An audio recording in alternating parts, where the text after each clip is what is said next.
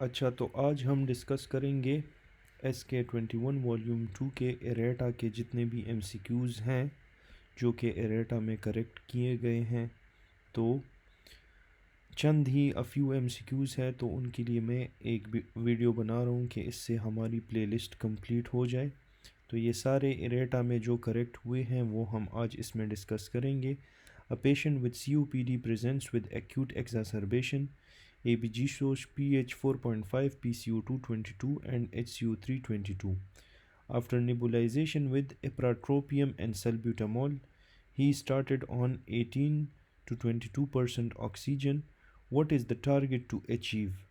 तो इसमें इन्होंने पहले लिखा था कि target to achieve is PCO2 less than 45, which is wrong. इसका जो करेक्ट टारगेट आपने जो इसमें अचीव करना है, एक पेशेंट को ABGs में आपके साथ अल्कलोसिस है और दैट इज़ रिस्पायरेटरी अल्कलोसिस है, ठीक है। तो इसमें आपने PO2 लेस देन 60 ये आपका टारगेट होना चाहिए। Option C is the correct answer, B is not the correct answer, ठीक है। फिर इसके बाद एक a patient inhales 1 liter of air. What is the negative pressure generated in centimeter water? तो इसमें पहले हमने याद किया था कि -6, विच इज़ रॉन्ग। इसका करेक्ट आंसर है -10, ठीक है। तो इसका करेक्ट आंसर आप याद रखें कि इट इज़ -10। फिर इसके बाद है a 30 year old A 30-year-old man presents with polyuria and polydipsia. Laboratory test shows urine osmolarity same as plasma osmolarity. Which of the following is the most likely mechanism? ठीक है, तो इसमें इन्होंने hyper osmolar renal medulla लिखा था। ये मैंने अपने SK के लेक्चर्स में भी आपको कहा था कि इस पेशेंट को जो है he has polyuria polydipsia, urine osmolarity same as plasma osmolarity. तो यूरिन और प्लाज्मा की सेम ऑस्मोलैरिटी है, this means hypo osmolar renal medulla. तो इसका करेक्ट आंसर जो है that is hypo osmolar renal medulla, not hyper osmolar. फिर इसके बाद है a patient with crossed hemiplegia specifically with right sided body weakness and left sided facial nerve palsy. The lesion that explains this specific combination of signs is located in, तो इन्होंने mid brain लिखा था विच is wrong. This is ये crossed हेमिप्लीजिया की बात कर रहे हैं। एक अनक्रॉस्ड होता है जिसमें इंटरनल कैप्सूल इन्वॉल्व होता है। क्रॉस्ड में आपने जो है यहाँ पे उसको बॉडी वीकनेस भी है और फेशियल पाल्सी भी है। तो इसमें पॉन्स आता है, फेशियल नर्व का जो न्यूक्लियाई होता है वो पॉन्स में होता है, तो इसमें आप पॉन्स याद रखें, ठीक है। फिर इसके बाद है 5 month old baby on his birth he was cyanotic and improved within 10 minutes, but now his parent complained of recurrent shortness of breath and it is worse when he sleeps. Which of the following is your diagnose? तो इसका भी इन्होंने answer गलत लिखा है। इसका जो correct answer बन रहा है that is your teratology of Fallot. Cyanotic भी है, इम्प्रूव हुआ विद इन 10 मिनट्स, फिर उसको रिकरेंट शॉर्टनेस ऑफ ब्रेथ है and it worse when he sleeps. तो the correct answer is your transposition of great tetralogy of Fallot. Correct answer जो है tetralogy of Fallot, option number सी।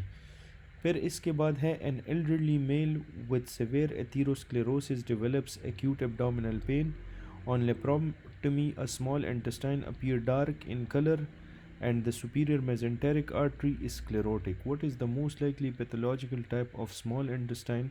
तो इसका answer इन्होंने red infarction लिखा था विच is wrong, this is wait gangrene, ठीक है। तो ये याद रखिए जब भी SMA स्क्लेरोटिक हो जाए और इंटेस्टाइन आपको डार्क इन कलर नज़र आए तो दिस इज़ वेट गैंग्रीन। फिर उसके बाद है which of the following drug increase the anaesthetic affect of halothane. तो एनेस्थेटिक अफेक्ट ऑफ हेलोथेन जो है ये आपके साथ आता है नाइट्रस ऑक्साइड। नाइट्रस ऑक्साइड जो है ये आपके साथ इंक्रीज करता है anaesthetic affect of halothane, not thiopental, this is nitrous oxide. अच्छा, फिर इसके बाद है during a third procedure a urologist observe two arteries at 5 o'clock and 7 o'clock position on the prostatic capsule. These vessels are the branches of inferior vesical artery and are known as, तो इन arteries को, जो arteries आपको 5 o'clock और 7 o'clock पे नज़र आती है, उनको हम कहते हैं बेदिनोश आर्टरीज, ठीक है।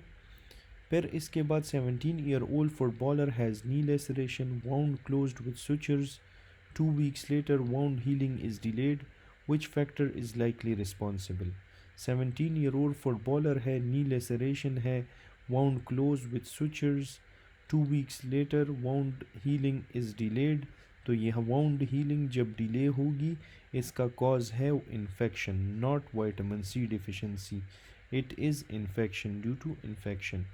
फिर इसके बाद है during blood transfusion reaction occur due to, तो ब्लड ट्रांसफ्यूजन रिएक्शन आपके साथ एंटीजन, अनयूजुअल एंटीजन की वजह से होता है, not due to unusual antibody. ये आपने याद रखना है कि during blood transfusion reaction occurs due to, reaction क्यों होगा, जब आपके साथ एक अनयूजुअल एंटीजन आएगा।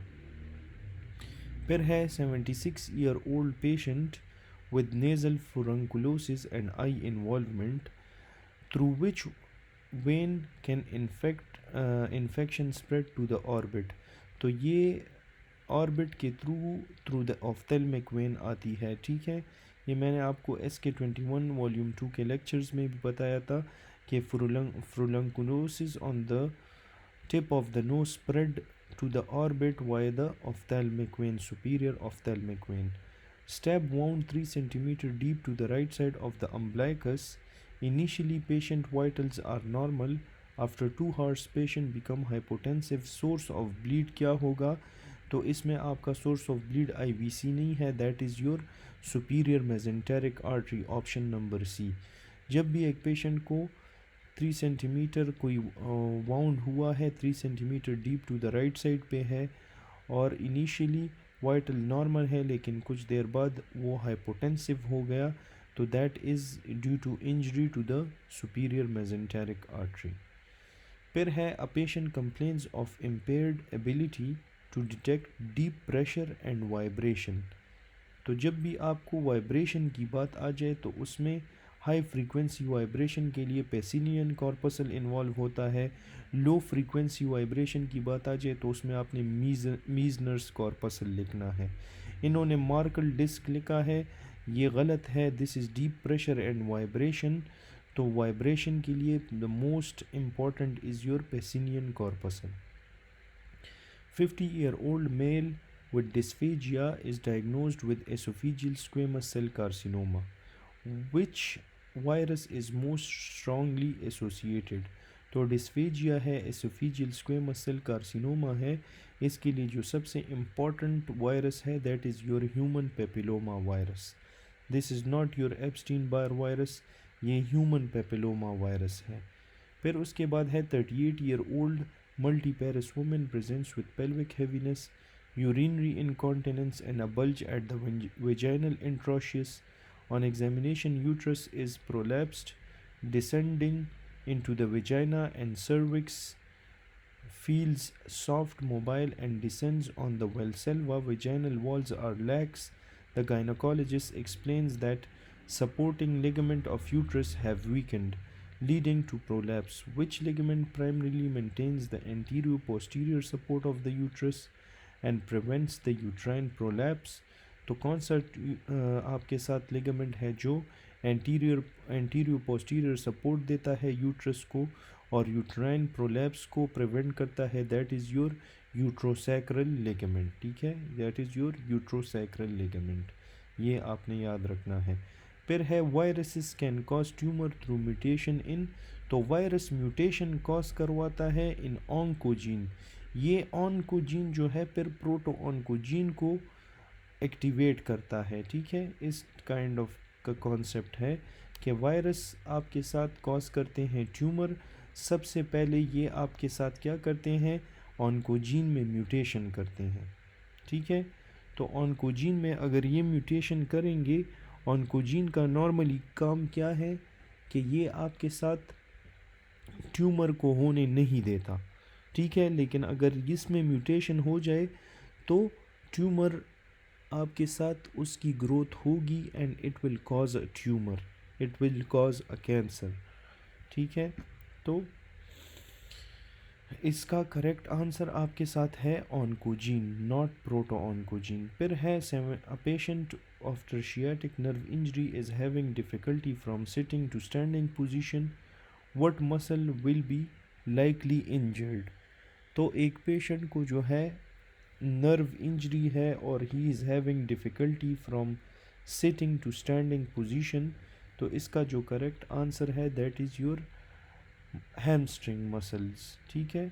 What muscle will be injured, that is your hamstring. अच्छा, फिर है a patient presents with severe localised swelling and pain around one eye accompanied by severe headache and fever. They recently had an untreated furuncle on the nose. What is the most likely? अच्छा, before proceeding please आप इस channel को subscribe करें, क्योंकि ये सारी efforts मैं आप लोगों के लिए कर रहा हूँ ताकि you can easily clear your exam. Please do subscribe before leaving. So there is a patient with severe localized swelling, pain around one eye, accompanied by severe headache and fever. They recently had an untreated furuncle on the nose. What is the most likely life-threatening intracranial complication? तो इसमें most life-threatening intracranial complication आपके साथ orbital cellulitis नहीं है, that is your cavernous sinus thrombosis, ठीक है। तो life threatening intracranial complication is your cavernous sinus thrombosis. So that was all about SK21 Volume 2 Errata. If you liked the video, please do subscribe and like and share with your friends. Thanks for watching, and inshallah see you in the next video.